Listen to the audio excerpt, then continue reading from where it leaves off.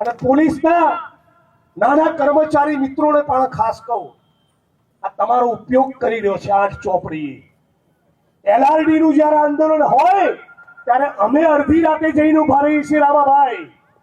Fix પગાર, outsourcing, કોન્ટ્રાક્ટની નાબૂદીની વાત હોય તો અમે લડીએ છીએ નાના કર્મચારીઓ માટે. પોલીસ કોન્સ્ટેબલ ભાઈઓ ઉપર કોઈ પ્રશ્ન આવે તો વિધાનસભામાં કોંગ્રેસ પાર્ટી અને અમે લોકો તમારા માટે લડીએ છીએ.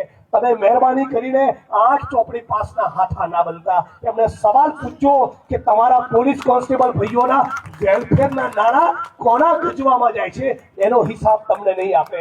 તમે સવાલ પૂછો કે કેમ IPS અધિકારીઓનો ગૃહ વિભાગ સાથે મળીને કોન્સ્ટેબલ, હેડ કોન્સ્ટેબલ ભાઈઓનું યુનિયન અને સંગઠન બનાવવા દેતા નથી.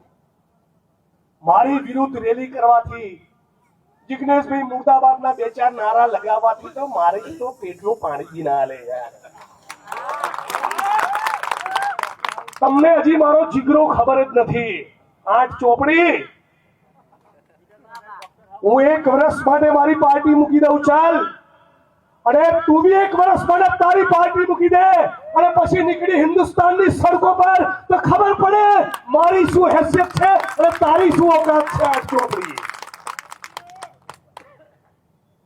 આ તો 1500 2000 બિચારા પોલીસ કોન્સ્ટેબલ મિત્રો, એનો પરિવાર હેડક્વાર્ટરમાં રહેતો હોય, એની કાનબટ્ટી ઉપર બંદૂક મૂકીને જાઓ ને તો સસ્પેન્ડ કરીશ, જાઓ નહીં તો તમારી ટ્રાન્સફર કરી. એમ બિચારા ગરીબ સામાન્ય ખેડૂતના દીકરા જે લોકરક્ષક બને, કોન્સ્ટેબલ બને, હેડ કોન્સ્ટેબલ બને, એને દબાઈ દબડાઈને એની પર પાવર કરીને મારી વિરુદ્ધ રેલી કરાવો છે. મૂર્ખ, તારું ચણોય નહીં આવે.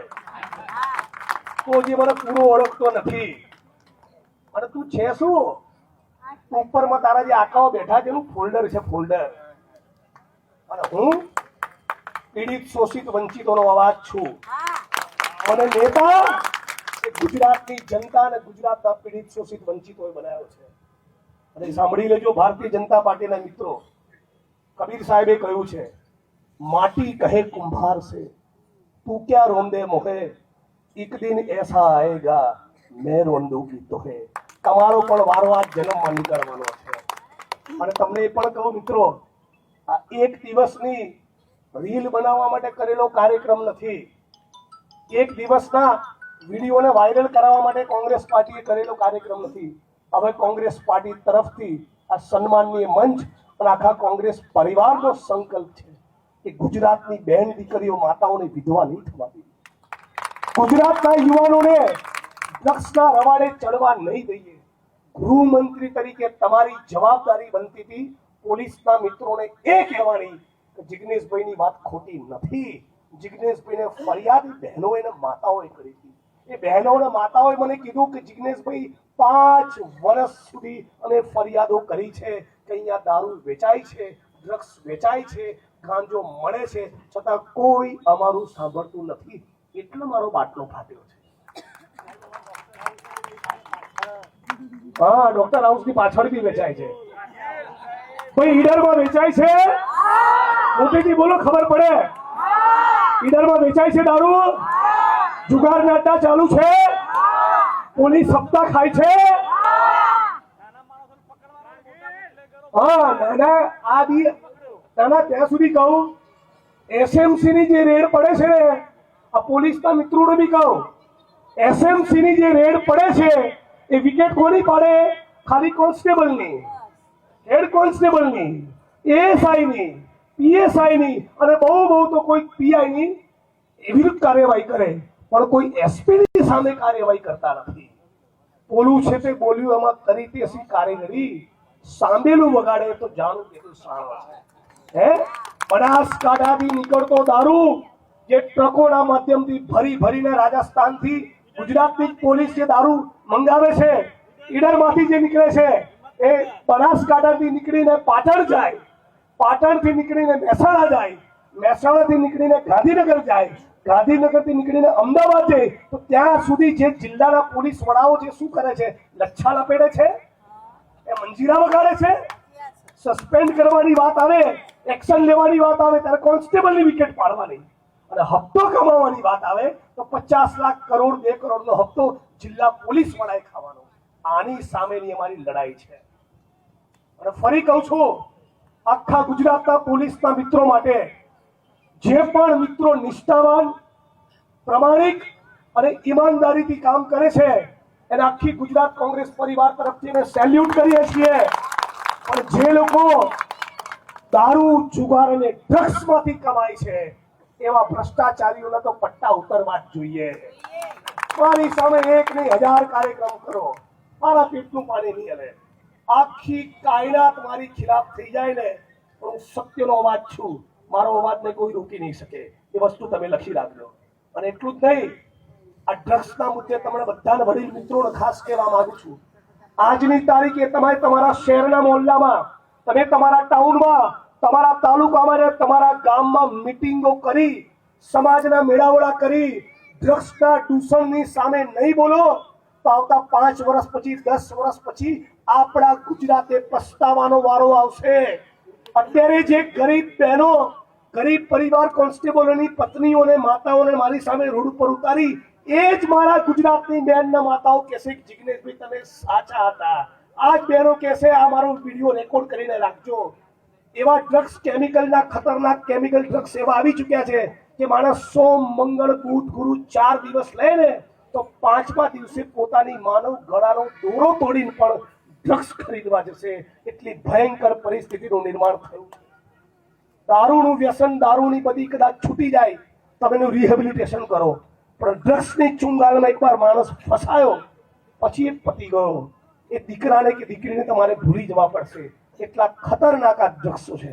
એટલે અત્યારે મને સોશિયલ મીડિયામાં અને મીડિયામાં બદનામ કરવાથી 2-4 દિવસની પબ્લિસિટી મળશે, પણ હર્ષભાઈ, ગુજરાતની આવનારી પેઢી અને વર્તમાન પેઢી સવાલ તો પૂછશે કે 2020 થી 2025 ની વચ્ચે આ ગુજરાતની અંદર ગાંધી અને સરદારના ગુજરાતમાં 2.5 લાખ કરોડનું ડ્રગ્સ આવ્યું ક્યાંથી?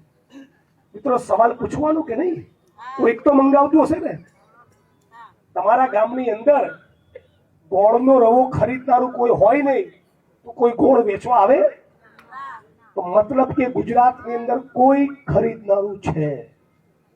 કોણ મંગાવી રહ્યું છે આ ગુજરાતની ધરતી પર ડ્રગ્સ? ક્યાંથી આવી રહ્યું છે ડ્રગ્સ? કોણ છે આના ડીલરો? અને એક વાત કહું, જે પણ મંત્રી એ ગુજરાતની યુવા પેઢીના ભોગે ડ્રગ્સના કાળા કારોબારમાંથી કમાઈ રહ્યો છે એ ગુજરાતની ધરતીનો ગદ્દાર છે, ગદ્દાર. એ પણ છેલ્લે ચોક કહેવા માંગુ છું. અને પોલીસના મિત્રોને થરાદમાં કીધું હતું, એ વાત રિપીટ કરું, તમારા પગારથી સંતુષ્ટિ રાખો મિત્રો. પગારમાં જીવવામાં મજા છે. તમારા પરિવારના દીકરા દીકરીઓ તમારી સામે સન્માનથી જોશે. પણ જે દીકરાને એવું લાગે કે મારો બાપ એસપી છે, મારો બાપ ડીવાયએસપી છે અને રોજ હાજર 2-5 લાખનું બંડલ લઈને આવે છે, દીકરાને પણ તમારા માટે સન્માન પેદા નહીં થાય. આ જ દીકરાઓ તમારા ડ્રગ્સની ચુંગાલમાં ફસાશે. અમારા શબ્દો યાદ રાખજો. ઘણા ડ્રગ્સ એવા છે કે ખેત મજૂર અને ગરીબ માણસોને નહીં પોસાય. મધ્યમ વર્ગ ને ઉચ્ચ મધ્યમ વર્ગના લોકો અને જે માણસો ગજવામાં બહુ રૂપિયા ભરાઈને બેઠા છે ને, એ લોકોનો જ પૂછાશે આ ડ્રગ્સ તમારા ઘર સુધી આવવાનું છે. અને એટલા માટે, અને ચૂંટણીના વોટ સાથે કઈ સંબંધ નથી. ચૂંટણીના 2 વોટ પ્લસ થાય કે માઇનસ થાય, અમુક વસ્તુ તમારે બોલવી પડે. ફરી એકવાર સમગ્ર ગુજરાતના લોકોને આ વિડીયોના માધ્યમથી કહેવા માંગુ છું, ગુજરાતના કોઈ પણ જિલ્લાના, કોઈ પણ તાલુકાના, શહેરના કોઈ પણ ખૂણે ડ્રગ્સનું દૂષણ હોય, મારો સંપર્ક કરો, માનનીય તુષારભાઈ ચૌધરીનો સંપર્ક કરો, વિરોધ પક્ષના આપણા નેતા માનનીય અમિતભાઈ ચાવડાનો સંપર્ક કરો, અને દરેક તાલુકા જિલ્લા કક્ષાએ જે કોંગ્રેસની અમારી ટીમ છે એનો સંપર્ક કરો. શક્ય એટલો પ્રયત્ન આ ગુજરાતમાંથી ડ્રગ્સનું સેવન બંધ થાય, આ ગુજરાતમાંથી ડ્રગ્સનો વેપલો બંધ થાય, એના માટે તનતોડ મહેનત કરીશું. એ વાતનું ગુજરાતની જનતાને મેં વચન આપીએ છીએ. અમારા માટે ખાલી એક મીટિંગની વાત નથી.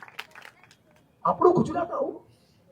તમે મને કહો, ગુજરાતમાં 1.5-2 લાખ કરોડનું ડ્રગ્સ આવે તો બીજા રાજ્યના લોકો કે આપણી મશ્કરી કરે કે ના કરે? આપણને ઉડતા ગુજરાત કહે કે ના કહે?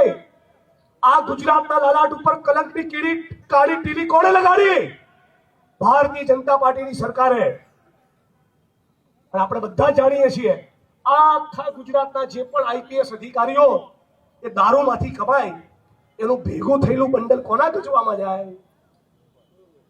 મંત્રીના ગજવામાં જાય.